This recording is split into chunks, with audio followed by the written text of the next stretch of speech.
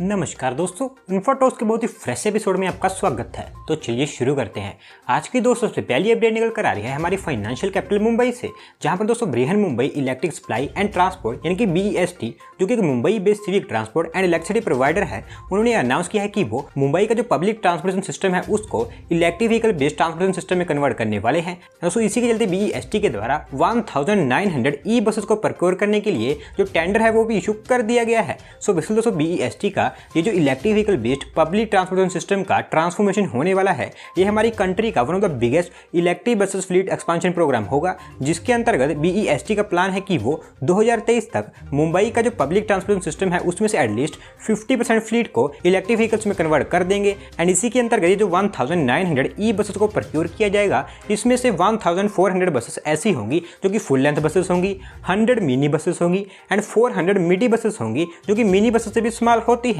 दोस्तों इसी के साथ साथ में BEST मुंबई के ट्रांसपोर्टेशन सिस्टम को EV में कन्वर्ट करने के लिए 200 और डबल डेकर बसेस को प्रोक्योर करेगी जो कि इलेक्ट्रिक व्हीकल्स ही होने वाली हैं।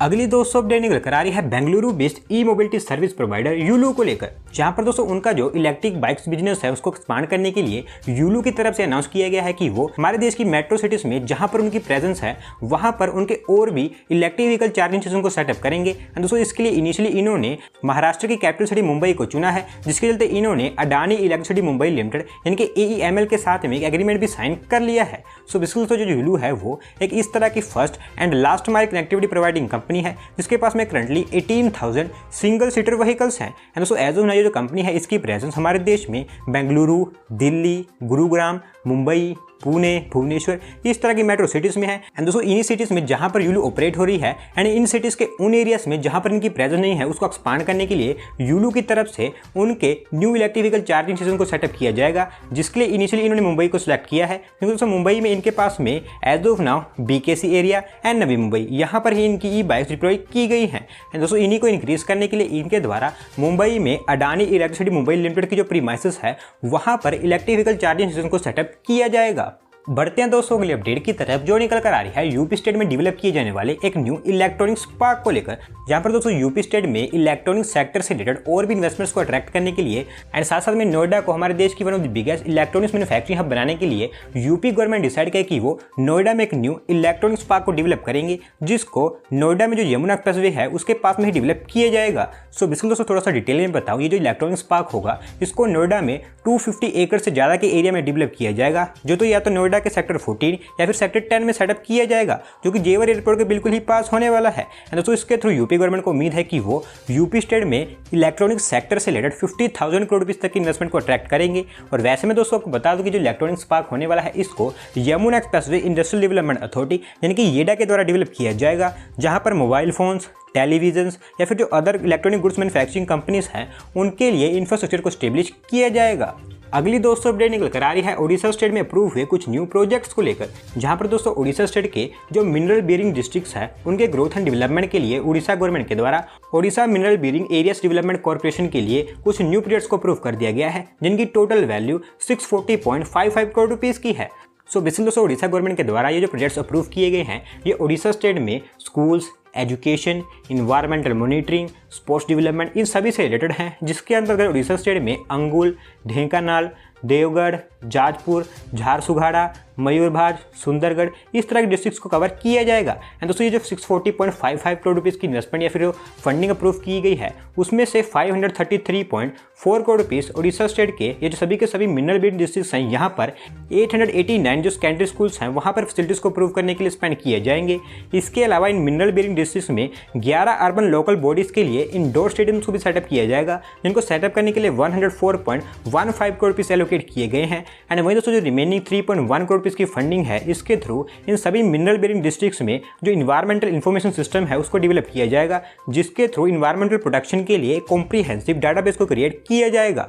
अगली दोस्तों अपडेट निकल कर आ रही है हमारी इंडियन रेलवेज की तरफ से, जहाँ पर दोस्तों हमारी रेलवेज के द्वारा उनके जो रेल एक्सपोर्ट्स हैं उनको कंटिन्यू करते हुए एक बार फिर से श्रीलंका को 20 new state of the art rail coaches manufacture करके प्रोवाइड करवा दिए गए हैं, जो कि दोस्तों सभी के सभी पैसेंजर कोचेस हैं। सो बेसिकली दोस्तों श्रीलंका में जो रेल इंफ्रास्ट्रक्चर है उसके डेवलपमेंट के लिए हमारी सेंट्रल गवर्नमेंट के द्वारा श्रीलंका के लिए $318 मिलियन की लाइन ऑफ क्रेडिट अप्रूव की गई है। एंड दोस्तों इस $318 मिलियन की जो फंडिंग है या फिर जो लाइन ऑफ क्रेडिट है, इसमें से श्रीलंका के द्वारा $82.6 मिलियन इंडिया से जो रेल कोचेस हैं उनको प्रोक्योर करने के लिए स्पेंड किए जाएंगे, जिसके थ्रू श्रीलंकन रेलवेज इंडिया से 160 पैसेंजर कोचेस को प्रोक्योर करेगी। दोस्तों एज ऑफ नाउ हमारे जो इंडियन रेलवेज है उनके द्वारा श्रीलंकन रेलवेज को 40 पैसेंजर रेल कोचेस डिप्लॉय कर दिए गए हैं। एंड नाउ हमारी रेलवेज के द्वारा 20 कोचेस के एक और खेप को श्रीलंका के जो कोलंबो पोर्ट है वहां पर डिस्पैच कर दिया गया है। एंड एज ऑफ नाउ दोस्तों इसके अलावा हमारी रेलवेज के द्वारा श्रीलंकन रेलवेज के लिए 20 न्यू कोचेस को 95% तक कंप्लीट कर दिया गया है, जिनको 100% कंप्लीट करके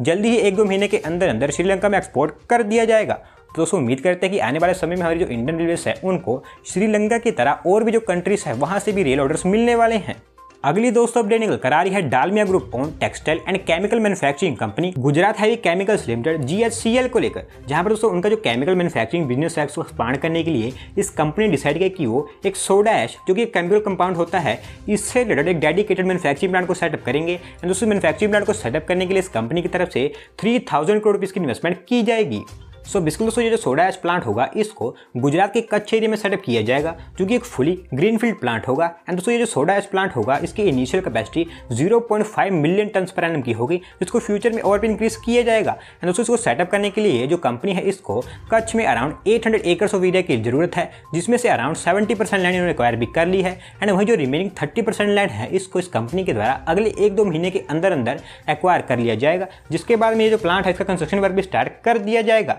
और वैसे में दोस्तों बता दूं कि इस प्लांट को सेटअप करने का मेन ये है कि ये कंपनी चाहती है कि उनकी जो इंपोर्ट डिपेंडेंस है वो बिल्कुल जीरो लेवल पर पहुंच जाए। एंड एक बार इस न्यू प्लांट के ऑपरेशनलाइज हो जाने के बाद में इस कंपनी की जो केमिकल मैन्युफैक्चरिंग कैपेसिटी है वो इंक्रीज होकर 1.6 मिलियन टन पर एनम तक पहुंच जाएगी, जो कि currently 1.1 million ton per annum तक की है। बढ़ते हैं दोस्तों अगली अपडेट की तरफ, जो निकल कर आ रही है Ahmedabad based Indian multinational conglomerate Adani group को लेकर, जहां दोस्तों उनका जो green and renewable energy business है उसको एक्सपांड करने के लिए अडानी ग्रुप की तरफ से अनाउंसमेंट की गई है कि वो अगले 10 सालों के अंदर अंदर इंडिया में renewable and green energy projects पर $20 बिलियन की मैसिव इन्वेस्टमेंट करने वाले हैं। एंड दोस्तों इसके थ्रू अडानी ग्रुप का प्लान है कि वो 2030 तक वर्ल्ड की लार्जेस्ट रेन्यूएबल एनर्जी कंपनी बनेंगे। सो बेसिकली दोस्तों अगर आपको याद होगा तो अडानी ग्रुप का प्लान था कि वो 2025 तक उनका 25 गीगावाट तक का रेन्यूएबल एनर्जी पोर्टफोलियो बनाएंगे, जिसको दोस्तों अडानी ग्रुप के द्वारा उसके शेड्यूल से 4 साल पहले ही कंप्लीट कर दिया गया है, यानी कि इसी साल उन्होंने इसको कंप्लीट कर दिया गया है। एंड सो इसी का सक्सेस को देखते हुए अडानी ग्रुप के द्वारा ये प्लान बनाया गया है कि वो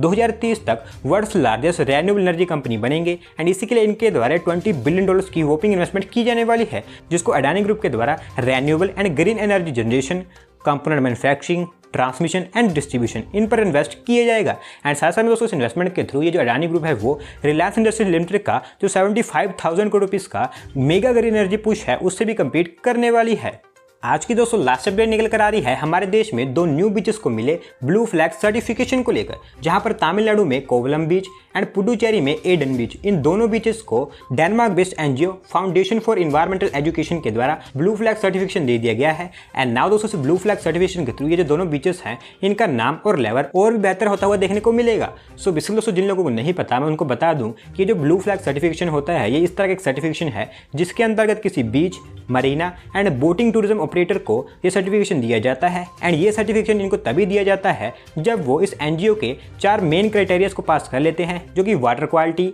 environmental management, environmental education and safety. And दोस्तों ये जो दोनों बीचेस हैं इन्होंने इस एनजीओ के इन सभी के सभी क्राइटेरियाज को पास कर लिया था, जिसके चलते इनको ये ब्लू फ्लैग सर्टिफिकेशन दिया गया है। एंड ना दोस्तों इस 2 न्यू ब्लू फ्लैग सर्टिफिकेशन वाले बीचेस के साथ में हमारे इंडिया में जो टोटल ब्लू फ्लैग सर्टिफिकेशन वाले बीचेस हैं उनकी संख्या 10 पर पहुंच चुकी है, क्योंकि इससे पहले हमारे देश में 8 ऐसी बीचेस हैं जिनको ये ब्लू फ्लैग सर्टिफिकेशन मिल चुका है। तो दोस्तों आज की वीडियो में बस इतना ही। अगर आप अपनी तरफ से कोई अपडेट सबमिट करना चाहते हैं तो डिस्क्रिप्शन में दिए गए लिंक पर क्लिक करके सबमिट कर सकते हैं। और अगर आज की वीडियो पसंद आई हो तो वीडियो को लाइक करें, चैनल को सब्सक्राइब करें। धन्यवाद आपका वीडियो को देखने के लिए।